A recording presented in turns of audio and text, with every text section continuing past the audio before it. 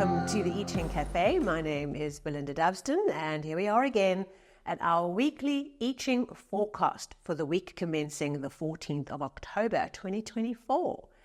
Yes, we look back to last week in our weekly overview. We were finishing things off.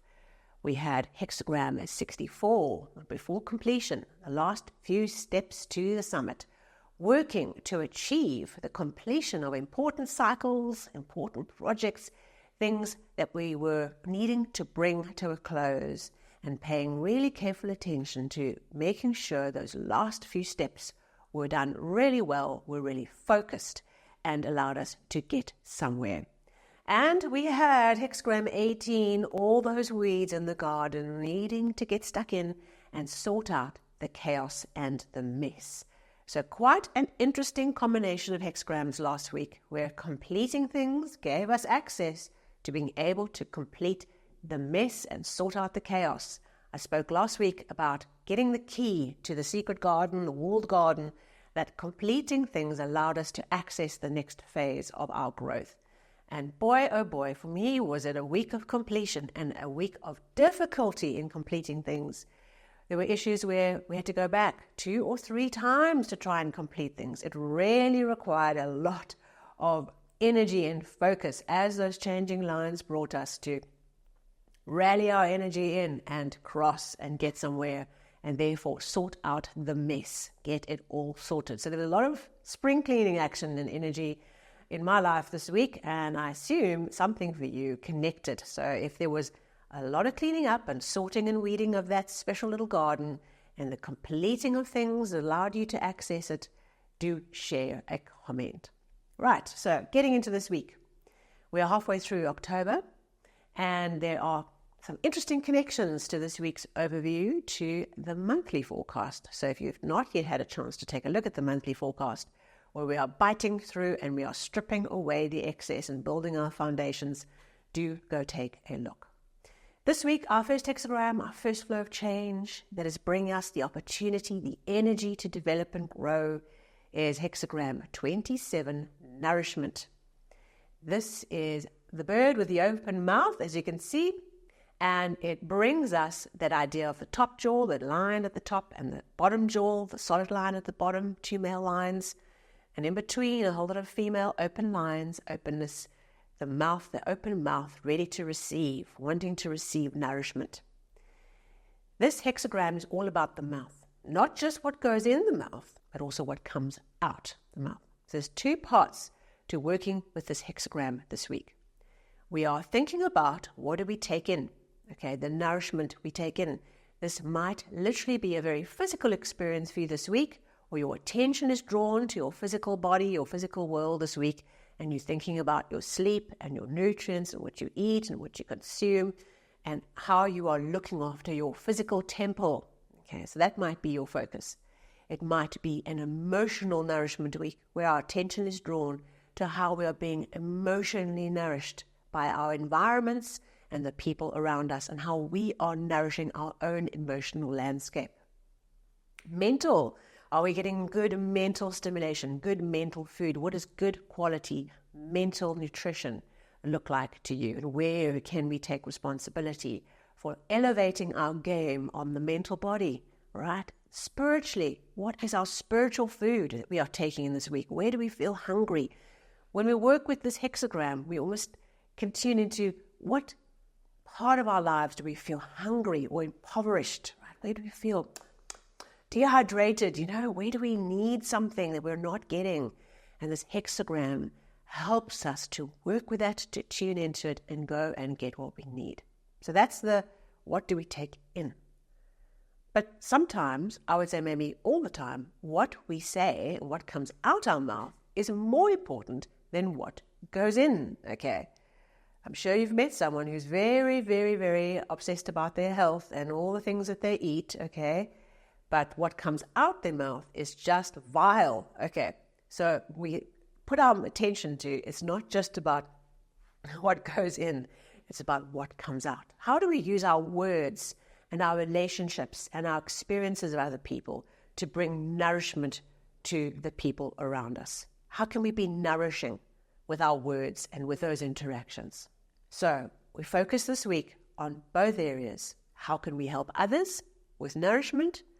Where do we need to fill a gap where we're feeling starving, all right, and we need to support that.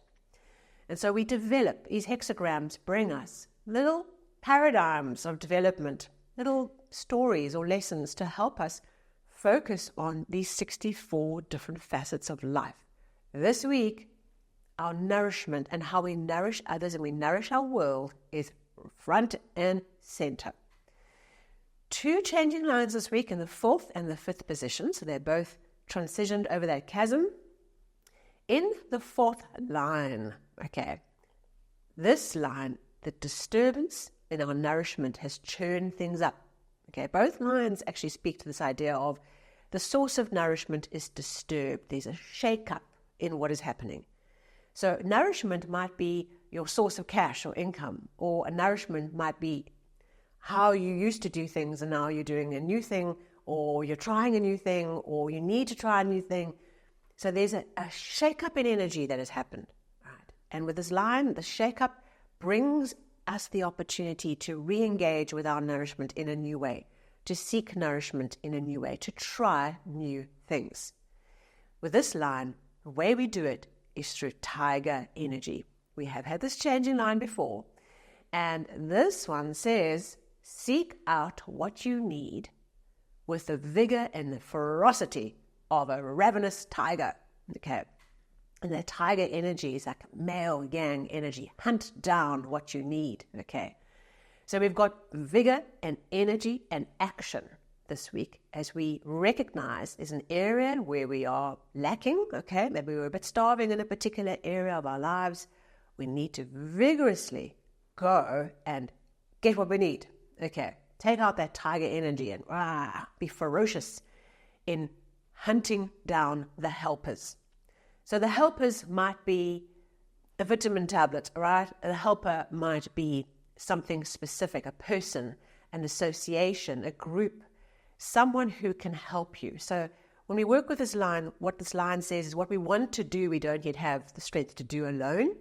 And so we have to get helpers. We have to reach out to others, to mentors, to guides, to good counsel, to rally the troops and fiercely go after what we need. So in a way, this line ties very closely to the idea we've seen in the monthly and this energy of the last few weeks we've had where it's very much around vigorously going and taking action. Okay. And this line brings us action, action, action. Take action. Go get what you need. Do the work. All right. Go out with your male energy and go hunt it down and do it. Now, the line in the 5th position, okay, is a different energy altogether. The way that I suggest you work with this is they might relate to 2 different facets of the same issue of nourishment, but they also might be 2 different issues. All right, you might have an emotional issue, which requires tiger energy, and a mental issue, which requires line 5. So just be open that they might be bringing you into different aspects, because if you look at them side by side, they look like a contradiction. Line 4 says, go and hunt down what you need. Line 5 says, the energy is not here to take action. We actually need to stay at home, all right, and persevere with what we're doing before we push out, okay? It's a line that says, just hang in there, hang 10, all right? Get counsel, get information, all those processes, but actually avoid the big outward action. Stay at home and build up the nourishment where you are. And the gist for this is that there isn't enough strength. In a way, the previous line is we need to vigorously hunt down what we need, the helpers. This line is a building up of that. If we don't have the strength yet to do what we need to do, we're dependent on others. We have to accept that dependence. We have to embrace good advice. We stay at home, we build up our nourishment. Okay, and staying at home is symbolic, right? Staying where you are, staying with what you have, staying with the now, staying what's real for you now, as opposed to going and hunting down new things, going out on new adventures, going and tackling big new things. There's something around this where the nourishment is needing to be focused, the strength is needing to be built up. We're needing to recognize that we're dependent on others to be able to do what we need to do, and we need to embrace that dependence and work from there. So you can see now the contradiction between these two lines. One says, tiger, right? Be ferocious, go out and hunt down. This one says, female energy, right? Hold back. Be willing to be dependent on others, of accepting help, of reaching out to a wise mentor, someone in retirement or someone who's got good advice, taking that internally, being persevering, holding your line, focusing on what is in front of you at your home base, looking after the home. Be persevering in that rather than pushing out on some big wild adventure. Okay, so let's see how these two lines bring you different facets of the idea of getting what you need, being nourished, and finding ways of nourishing others. Second hexagram, the relating flow, based on those two changing lines in the fourth and the fifth position. Where does this energy move to? What is the path to victory? Okay, what is another facet that we can work with this week? And that is hexagram 25, Innocence, also known as disentangling. I love the word disentangling. Innocence, you've got like a angelic idea of like being a young child, and that's what it does mean. It does mean that we get into that childlike energy. As adults, we can get very caught up in adulting and be very, very serious and very cynical. As we get older, we see the world around us and we see all the things that happen, and we lose that childlike innocence of seeing something as it is. We look at a situation, there's a whole lot of associations attached to it. We never look at a situation, we just are just taking in the facts of what's in front of us. We immediately are popping in to the situation, all kinds of issues. And that's that adult where we have all these associations and these memories and these kind of triggers that are tied to it. When a child looks at something, they just see the facts as they are, right? There's no other noise around it. It's very simple. They're just taking in the moment, and those data points are coming in as they are. So this hexagram tries to get us back to that idea that as adults, we can be responsible adults, but we can also look at a situation with a childlike curiosity and an openness to what is really happening in front of me, rather than all my stuff I'm loading onto this particular situation. We do this in relationships and in communication. We all have backstories. We all have kind of muscle memory on hurts and pains and joys, and we bring those. The moment something happens, there's a knee-jerk response, the neurons fire off, and those old pathways we've created over years and years and years just trigger without even having to think about it, all right? There's an immediate association, an immediate tie-in to a whole lot of extra data that may or may not be relevant. So this week, the way that we can be victorious in working with our nourishment, all right, as we seek nourishment with tiger energy, with home-based energy, is in a particular situation, we're getting the chance to be reminded to look at the situation from a childlike innocence point of view. Okay, so that's that kind of energy, right? Of looking at it with fresh eyes, seeing it, looking at the situation without any context. What am I seeing? What does this mean? Can I look at this in a new way? And part of this is also the disentangling aspect of becoming free of all those neural pathways that fire off without us even thinking. Finding ways of getting out of the mental games we play, the complexity we create around every single issue. All right, seeing things simply, being simple, riding lightly in the saddle, it's a lovely way of saying it, and thinking about how can we look at this in that fresh way. Part of this energy of disentangling is also about becoming free of those attachments, right? Free of all the complexity, because in doing so, it frees us up to act spontaneously.